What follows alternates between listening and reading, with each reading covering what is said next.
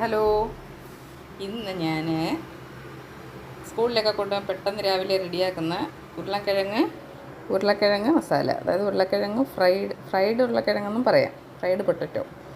അതിന് മോൾക്കൊക്കെ ഭയങ്കര ഇഷ്ടമാണ്. അതിപ്പോൾ ഈ നാരങ്ങാച്ചോറ്, തക്കാളി സാദം അങ്ങനെയൊക്കെ ഉള്ള ഐറ്റംസ് കൊണ്ടുപോകുമ്പോൾ അതിൻ്റെ കൂടെ സൈഡ് ഡിഷായിട്ട് നമ്മൾ ഇതാണ് ഉപയോഗിക്കുന്നത്. അപ്പോൾ അതിനായിട്ട് നമ്മളെല്ലാം അരിഞ്ഞ് വെച്ച് ഉപ്പ് നല്ലതായിട്ടൊന്ന് പുരട്ടി വെച്ചു. ഞാൻ ആദ്യം ഉരുളക്കിഴങ്ങിലോട്ട് നല്ലതായിട്ട് കഴുകി 2-3 വെള്ളത്തിൽ കഴുകിയതാണ് അരിഞ്ഞ്. അപ്പോൾ അതിനകത്തോട്ട് ഇച്ചിരി വെളുത്തുള്ളി ചതച്ചിടും.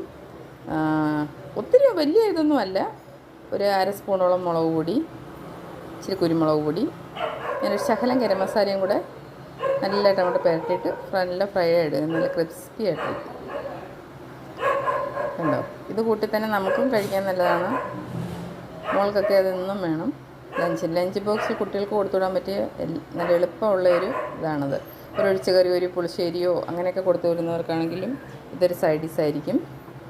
അപ്പോൾ നമ്മൾ കുറച്ച് ഒത്തിരി ഡീപ്പ് ഫ്രൈ ഒന്നുമല്ല, കുറച്ച് അങ്ങോട്ട് അതായത് ഒരു തീ കുറച്ച് വെച്ച് നമ്മൾ മറ്റുള്ള ജോലികളൊക്കെ കഴിച്ച് ഏകദേശം വരുമ്പോഴത്തേക്ക് അത് ഒരു സൈഡ് നല്ലതായിട്ട് മൊരിഞ്ഞിട്ടുണ്ടാവും.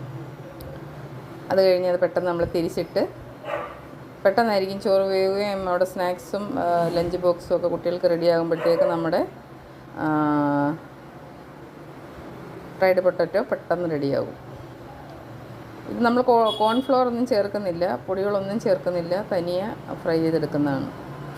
ഇവിടെയൊക്കെ ഈ തമിഴ്നാട്ടിലൊക്കെ പുളിസാദം, സാമ്പാർ സാദം, തൈര് സാദം,